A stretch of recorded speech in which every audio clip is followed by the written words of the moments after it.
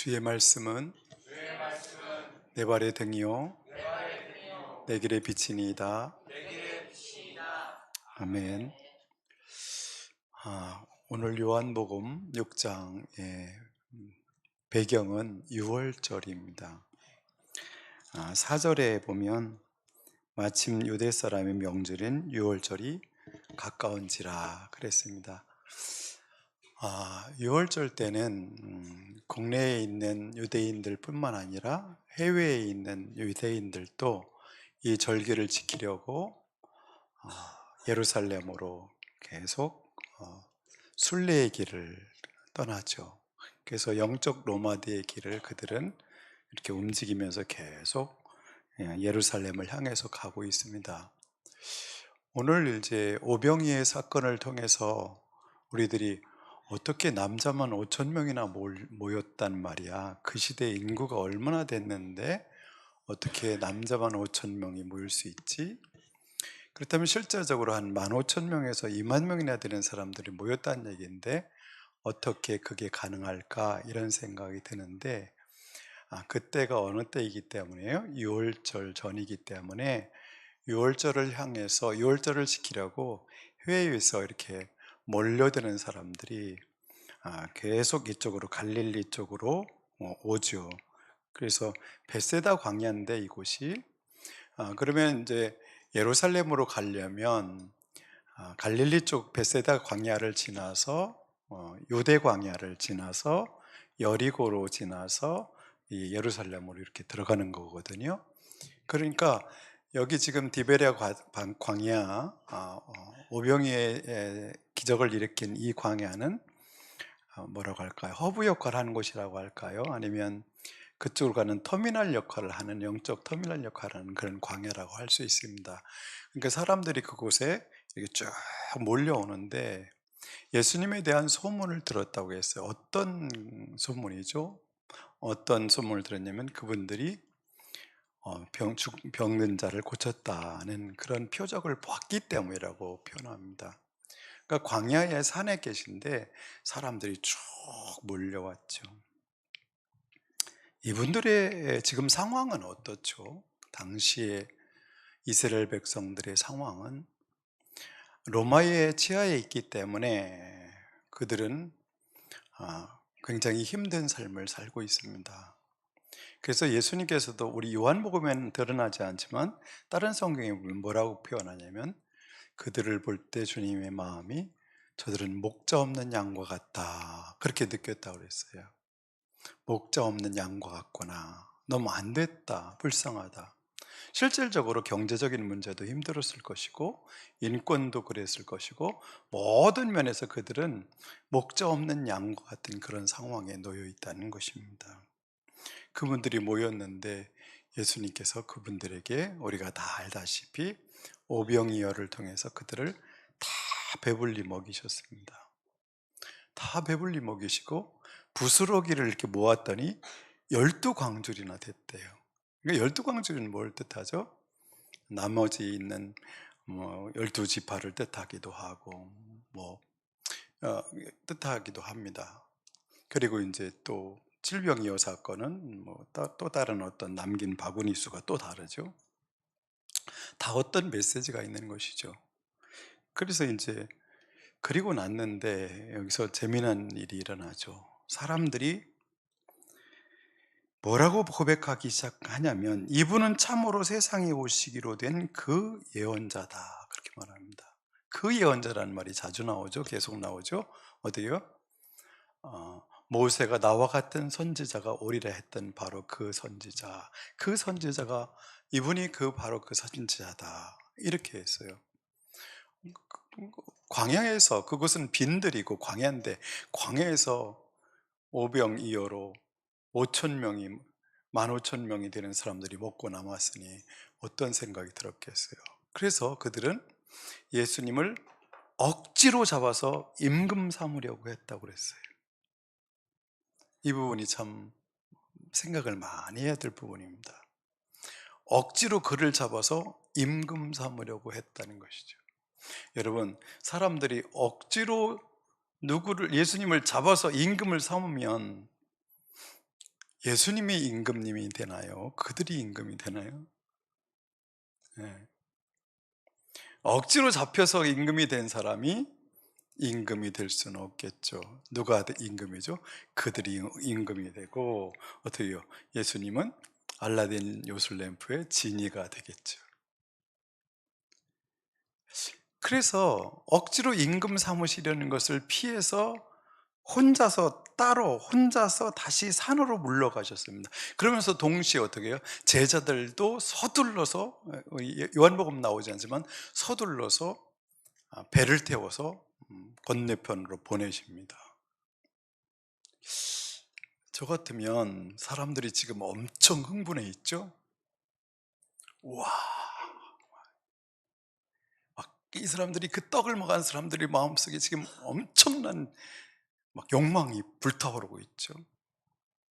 지금 그들이 안고 있는 모든 문제를 해결해 줄 수 있는 그분이 나타난 거예요. 욕망의 불이 타오르고 있습니다. 막 이러는 거잖아요. 지금 아이돌 이상으로 막 사람들이 흥분해 있는데, 나 같으면 그 자리에 좀 더 머무르면서 이러고 있고 싶을 텐데, 예수님은 그 자리를 피하셔요. 조금만 더 즐기시지, 조금만 더 즐기시지. 그걸 피하시더라고요. 그리고 제자들도 서둘러 바다 위에, 배 위에 뛰어버리십니다. 바다 위에 뛰어버리시오. 왜 그러셨을까요?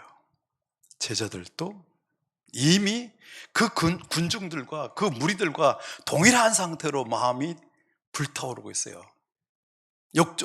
욕망으로 불타오르고 있어요. 이분을 임금 삼기만 한다면 나의 모든 문제가 해결될 것이라는, 무리와 별다를 바 없는 생각으로 가슴이 뜨거워졌습니다. 예수님이 이렇게 말씀하시죠.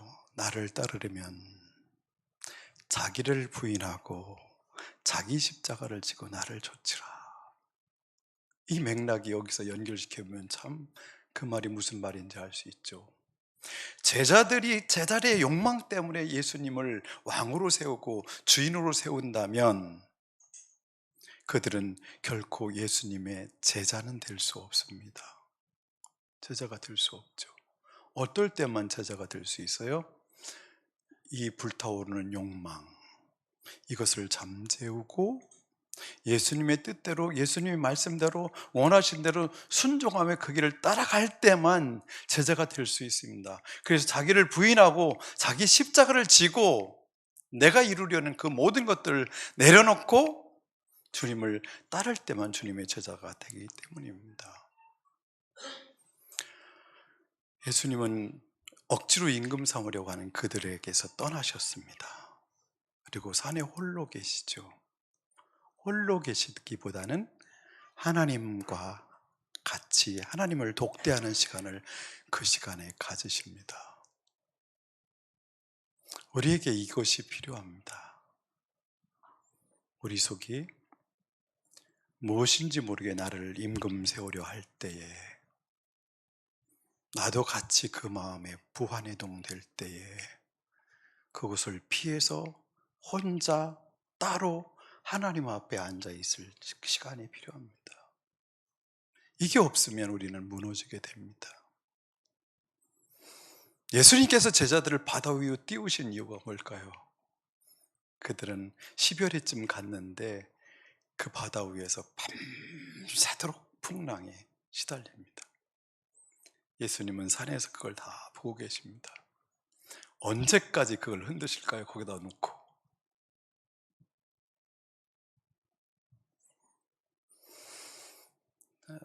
사람들이 언제 그 욕망의 불이 꺼질까요? 죽음이 선포될 때, 암이 선포될 때, 얼마 남지 않았다고 할 때, 죽음을 직면했을 때, 이럴 때 우리는 우리의 욕망에 내려놓게 되면 뭐라고 하게 되죠? 살려만 주세요. 부자가 안 돼도 괜찮습니다. 성공하지 않아도 됩니다. 그냥 살 수만 있으면 됩니다. 라는 가난한 상태로 쑥 들어가게 됩니다. 이 제자들의 이 불타오르는 욕망을 잠재울 수 있는 길이 광야에 내보내는 것 갖고도 며칠 걸릴 수가 있어요. 그죠? 이스라엘 백성은 40년을 굴렸는데 그 속에 있는 잠자는 욕망이 꺼지지 않았어요. 힘들었어요. 가장 빠른 방법은 죽음을 직면하는 것입니다. 바다 위에서 그들은 죽음을 직면합니다. 그들이 아마 이렇게 기도하기 시작했겠죠. 주여 살려만 주시옵소서. 아까 가졌던 그 막 불타오르던 욕망들은 이제 그 불꽃은 꺼져 갔을 것입니다. 그때 주님께서 그들에게 걸어가시자 바로 그 배는 가려고 하는 곳에 목적지에 다다릅니다. 그들에게 필요한 것이 빵인가요? 예수님인가요?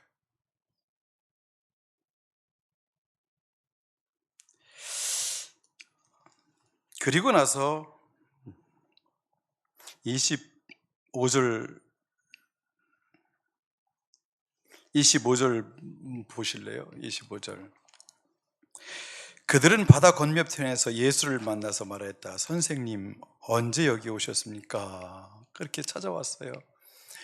어제 예수님이 갑자기 피하셨잖아요.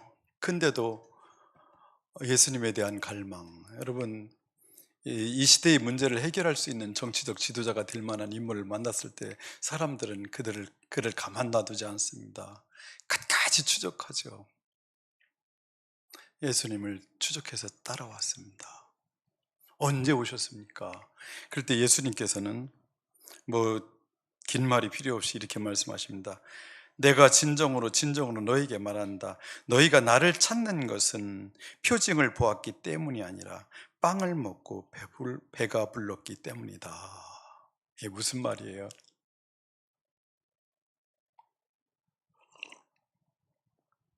한참 생각할 문제죠. 묵상이 깊이 해야만 이게 무슨 말인지 이해될 수 있는 말이죠. 내가 진정으로 너희에게 말한다. 내가 너희를 보니 너희가 나를 찾는 것은 표징을 보았기 때문이다. 지난주에도 세례 요한의 제자였던 안드레와 요한이 주님을 찾아와서 따를 때 예수님께서 그들에게 어떻게 물으셨죠? 너희들은 무엇을 찾느냐? 그렇게 물으셨어요. 근데 오늘도 같은 맥락으로 예수님께서 말씀하십니다. 너희가 나를 찾는 것은 표징을 보았기 때문이 아니라, 너희가 나를 찾는 것은, 너희들이 구하는 것은 표징을 보았기 때문이 아니라 나를 찾는 것이 아니라 뭘 찾는 거예요? 내가 준 빵을 찾는 것이다. 이렇게 말씀하십니다.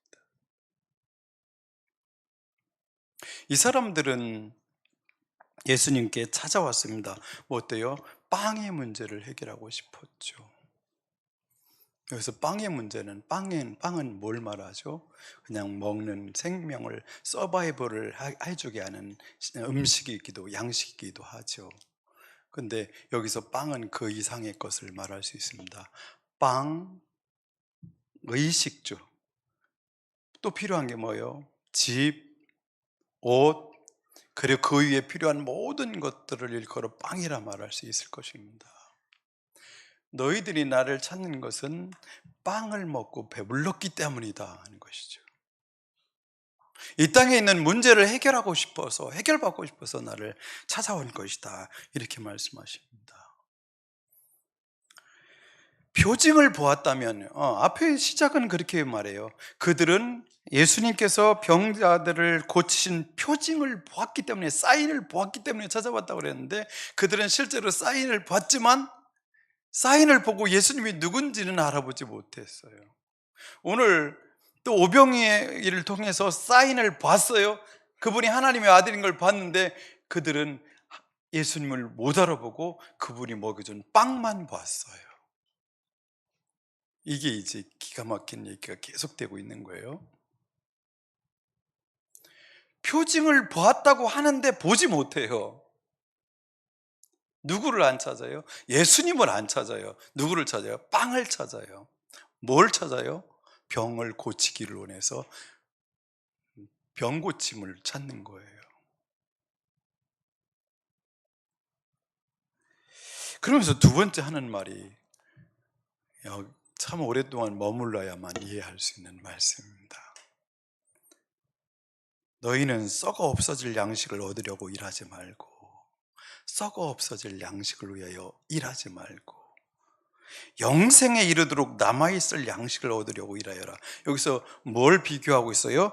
썩어 없어질 양식과 영생에 이르도록 남아있을 양식입니다. 썩어 없어질 양식은 뭘 말할까요? 이들이 찾는 것들이죠. 그들이 광야에서 먹었던 만나도 썩어 없어졌죠. 하루분 이상의 것을 모았을 때 이틀째 될 때 그것이 전부 썩어 벌레가 먹고 없어졌죠. 썩어 없어졌죠.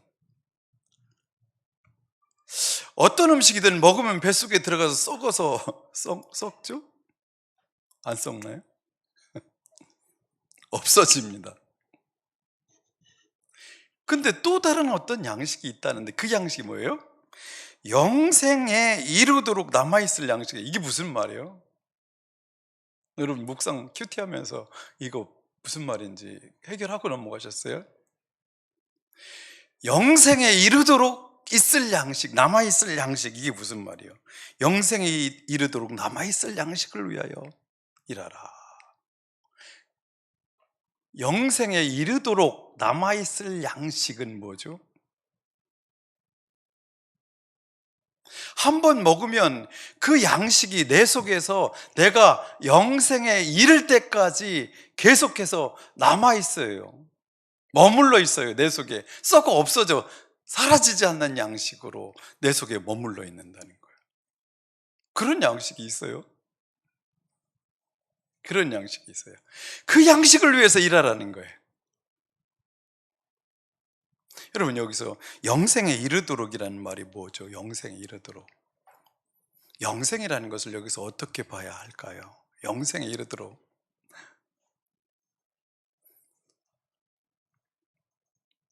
영생은 여러분 영생을 어떻게 해석하고 계신가요? 영생. 영생은 무엇입니까? 그냥 영원히 사는 것인가요? 1차적으로 그것도 들어가죠. 영생. 죽음을 보지 않는 것이죠. 근데 영생이라 함은 하나님과의 관계 속에서 하나님과의 관계 속에서 처음에 주시려고 했던 그 영원한 안식과 샬롬의 삶을 사는 거예요. 땅에서 일어나는 모든 일들은 어떻게 해요? 서바이벌 모드로 들어가서 경쟁하고 전쟁하고 싸우고 죽이고 빼앗고 이런 어떤 시스템 속에 살아가는 것은 썩을 것들이죠. 세상의 시스템입니다. 영생의 것은 뭐예요? 그것과 차원이 다른 것입니다. 하늘의 것입니다. 하나님이 처음에 사람에게 창조하시면서 주시려고 했던 그 안식의 상태, 샬롬의 상태, 그 영원한 하나님과의 관계 속에서 있을 그 상태를 영생이라고 말합니다. 썩을 양식을 추구하고 이 땅의 모든 필요를 위해서 나의 모든 것들을 집중해서 살아가는 모든 사람들에게는 썩을 것으로 인생은 끝납니다. 근데 주님께서 오늘 말씀하십니다. 눈을 좀 들어서 생존을 위한 양식을 찾지 말고 생명을 위한 양식을 찾으라 말씀하십니다.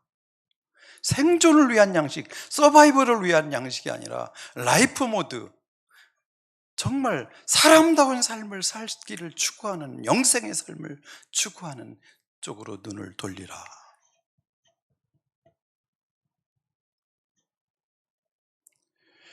이 땅의 문제를 해결하려고 발버둥 치면 그 문제도 해결되지 않고 영혼이 힘들어집니다. 근데 영생에 이르도록 하는 양식을 추구하고 찾을 때, 찾고 구하고 두드릴 때 우리는 이 빵의 문제를 해결받고 그 이상의 영생의 상태로 들어가게 됩니다. 근데 이 문제가 지금 계속 예수님과 그를 따르는 제자들과 무리들과의 싸움입니다. 이 싸움이 계속되고 있는 거예요. 사람들은 뭘 추구하죠? 썩을 양식을 추구합니다. 이 문제를 해결하려고 발버둥칩니다. 근데 예수님께서는 뭘 자꾸 보게 하시고 싶으세요? 영생에 이르는 것. 예수님께서 진짜 주고 싶은 그것을 보게 하려고 계속 그들과 싸우고 있습니다. 일한다는 것은 무엇이죠? 무엇을 위하여 일하지 말고 무엇을 위하여 일하라. 바로 왕을 위해 일하라. 하나님을 위하여 일하라. 바로 왕을 예배하라. 하나님을 예배하라. 일한다는 말은 단순히 그냥 노동의 의미가 아니라 나의 전부를 걸고 나의 하나님께 주신 모든 자산, 시간과 탤런트와 돈과 모든 것들을 무엇을 위해 사용하느냐의 문제를 일이라는 단어로 표현할 수 있을 것입니다. 무엇을 위해서 나의 모든 것을 걸고 추구하고 찾고 있느냐, 그게 일이라는 단어로 예수님께서는 표현하고 계십니다.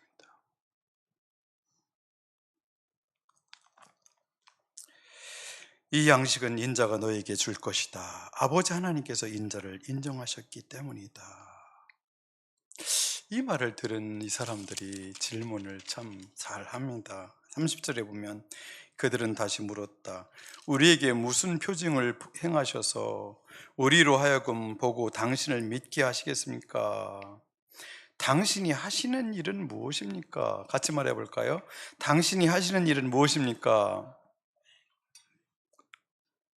같이 말해 보자고요. 한번 해보세요. 당신이 행하시는 일은 무엇입니까? 당신이 하시는 일은 무엇입니까? 다시 한번요. 당신이 하시는 일은 무엇입니까? 같이 한 거예요? 나하고 똑같이? 내가 하면 따라서 하시라고요.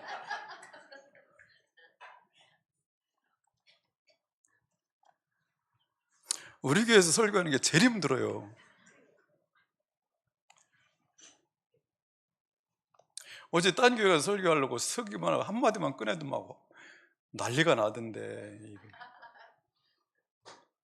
우리 교회는 왜 그래요?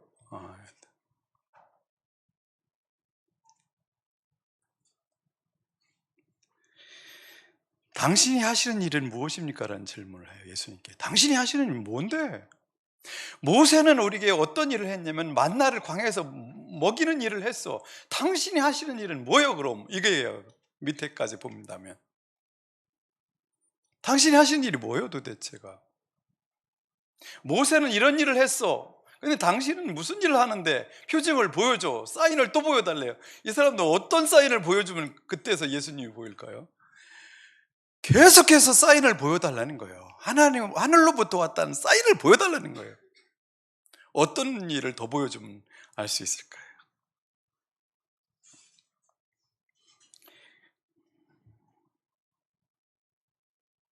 근데 예수님께서 말씀하시죠. 빵은 모세가 준 게 아니다. 하늘에 계신 하나님께서 주신 것이다. 만나도 하나님께서 내려주셨 뿐만 아니라 이제 예수님께서 하시는 일은 하나님께서 보내주신 그 일과 맞물린다는 것입니다. 38절로 가겠습니다. 잘 따라오고 계신가요? 요한복음을 이번에 마치려고 하니까 힘들어서 1장만 할 수가 없어서 이제 하는데, 어떻게 하면 요한복음을 그래도 핵심적인 걸 해볼까 했더니 이제 예수님께서 하신 말씀 중에 에고에임이라는 게 있어요. 난 누구이다 한 것 중에 하나, 그걸 따라서만 가볼 거예요. 오늘은 뭐요? 나는 뭐다? 생명의 빵이다. 이 부분을 다룰 거예요.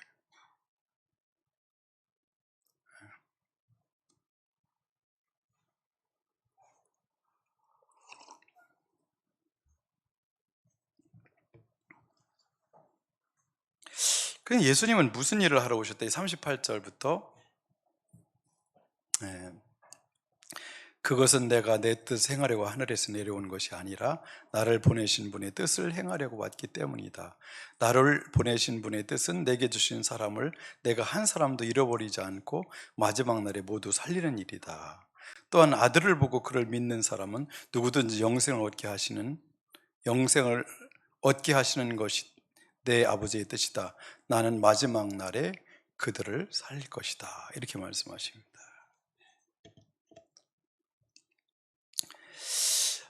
이게 참, 예수님은 무슨 일을 하러 오셨을까요? 여기 잠깐만 저를 이제 다시 보시면, 이걸 가지고 이제 몇 시간을 한 10시간 정도 하면 좋을 것 같은데, 그렇게 못하니까. 이스라엘 백성들이 지금 뭘 하러 예루살렘으로 가고 있죠? 유월절을 지키러 가고 있어요. 유월절을 지키러 가서 뭐 할 거죠? 무교절을 지키고 유월절을 지킬 거예요. 무교절을 통해서 무교병을 먹겠죠. 그리고 유월절을 통해서 뭘 먹을까요? 어린 양을 잡아서 그 살을 먹겠죠. 고기를 먹겠죠. 오늘 여기서 예수님께서 그렇게 말씀하시면 너무 쉬웠을 텐데 그 말이 안 나와요. 세례 요한이 말하는 것처럼, 요한 사도가 말하는 것처럼 그렇게 말씀하시면 오늘 문맥에서 그냥 이해가 확 들을 때, 너희들이 유월절을 지키러 예루살렘에 가고 있다. 뭐하러 가냐? 이렇게 질문하셨으면 이 사람들도 내가 뭐하러 가지? 그러면서 씌웠을 거예요. 이 사람들 유월절을 왜 지키려고 그렇게 그 식민 통치 속에서도 그렇게 힘들게 사면서도 꾸역꾸역 예루살렘으로 한 달 이상을 걸릴 거 아니에요. 그죠? 천천히 걸어와 가지고 또 지키고 또 돌아가고 그러려면 한 달 이상 걸린다는데도 꾸역꾸역 거기로 가요. 여기서도 어디까지 예루살렘까지 가려면요 5일 걸려. 5일. 150km 정도 되거든요. 지금 여기 빵 먹은 데서. 그러니까 6월절에 맞게 가려고 지금 일찍 출발해서 지금 오고 있는 중이에요. 그런데 꾸역꾸역 거기를 가는 이유가 뭐예요? 옛날에 우리 하나님께서 이스라엘에서 우리를 이렇게 어린 양의 피를 통해서 그 문설주에 발라가지고 우리를 심판해서 구원하셨지, 살리셨지, 그 감사해요. 그러고 가려고. 그 유월절을 지킨다는 게 과거의 일에 감사하기 위해서 가는 줄 알았어요. 지금까지 그렇게 생각하고 결국 그것을 감사하는 삶을 살아가는 것이 그들의 영성을 유지하는 방법이었어요. 그런데 오늘 예수님께서는 또 다른 얘기를 하는 거예요. 유월절 어린 양을 먹는다는, 고기를 먹는다는 게 무엇인지 알아? 유월절을 지킨다는 것이 아니라, 이게 무슨 얘기인지 알아? 이것은 과거의 일을 감사하는 차원의 이야기가 아니라 예수님께서 유월절을 지키게 하신 이유가 뭐라는 거예요? 미래의 소망을 얘기하는 거라는 거예요. 영생을 얘기하기 위함이라는 거예요. 그것은 유월절을 지키러 가고 있어요. 양고기를 먹고 피를 이렇게 뿌리려고 가고 있어요. 근데 실제적으로 마음속에 그들이 진짜 그 절기를 지키러 가는 이유를 모르고 가고 있어요. 우리의 신앙생활도 이럴 가능성이 굉장히 높아요. 오늘 그걸 예수님께서 보여주시는 거예요. 유월절 어린 양을 먹고 과거에 너희 조상들은 살았지. 그래서 그걸 감사하는 것이지. 거기에 끝나는 줄 알았더니 예수님께서 뭐와 연결시켜요? 유월절 어린 양이 바로 나다. 내가 생명의 빵이다. 나를 먹으면 산다. 나의 피를 마시면 목마르지 않는다. 내가 바로 그 유월절 어린 양이다. 근데 이것은 어떻게 해요? 과거에 있던 심판을 받지 않는 거 아니라 미래에 일어날 심판을 넘어서는 영생에 이르게 하는 살과 피다. 그게 바로 하나님께서 준비하신 그 어린 양이다. 이 말씀을 여기서 하고 계신 거예요. 성찬식 할 때마다 우리는 이 말씀을 읽죠. 48절, 나는 생명의 빵이다. 너희의 조상은 광야에서 만나를 먹었어도 죽었다. 그러나 하늘에서 내려온 빵은 이러하니 누구든지 그것을 먹으면 죽지 않는다. 나는 하늘에서 내려온 살아있는 빵이다. 이 빵을 먹는 사람은 누구나 영원히 살 것이다. 내가 줄 빵은 나의 살이다. 그것은 세상에 생명을 준다.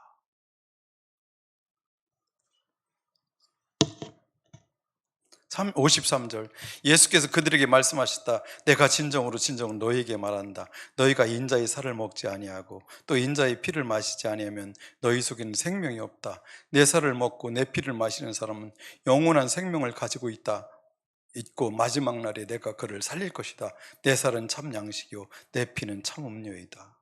내 살을 먹고 내 피를 마시는 사람은 내 안에 있고 나도 그 사람 안에 있다. 영생에 이르도록 너희 속에 머물러 있다는 말이 여기에 와서 해석이 해주고 계셔요. 예수님과 우리가 연합이 이루어진다, 이렇게 말씀하십니다. 이게 로마서의 바울 사도의 신학의 주제이기도 하죠. 연합이 이루어진다.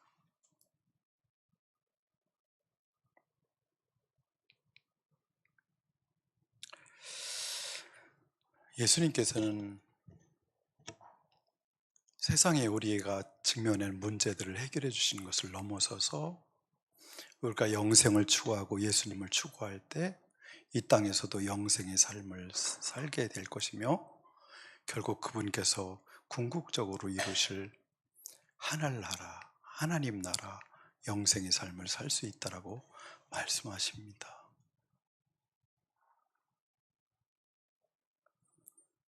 한 군데 더 보고 마치겠습니다. 66절, 이 때문에 제자 가운데 많은 사람이 떠나갔고 더 이상 그와 함께 다니지 않았다. 이 말을 들으면 더 달라붙을 것 같지만, 여러분이 지금 너무 이 시큰둥하는 그것과 같이 너무 관심 없는 빵의 문제를 말하지 않고 쓸데없는 하늘의 문제를 얘기하는, 너무 가슴을 차갑게 하는 그 말 때문에 떠나듯이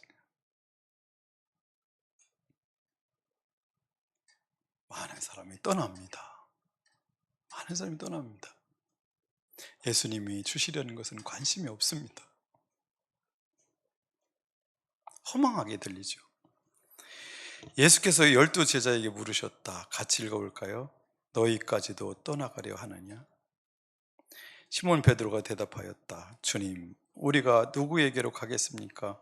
선생님께는 영생의 말씀이 있습니다. 베드로가 기가 막히게 해석을 했어요.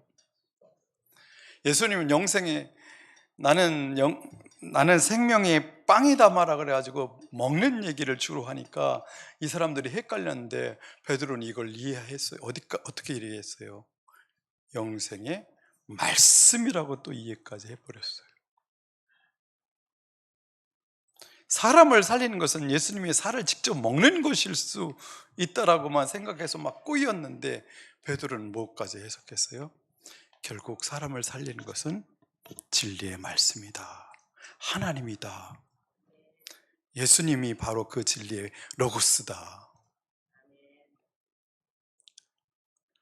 예수님에게 영생의 삶이 무엇인지를, 그분 자체가 영생이고 그분처럼 사는 것이 영생이고 그분 안에 영생이 있다는 것을 베드로는 보았다고 오늘 본문은 말하고 있습니다. 우리도 같이 말해볼까요? 이 고백을 같이 하고 오늘 예배를, 말씀을 마치도록 하겠습니다. 주님, 우리가 누구에게로 가겠습니까? 선생님께는 영생의 말씀이 있습니다. 아멘. 우리 기도합시다.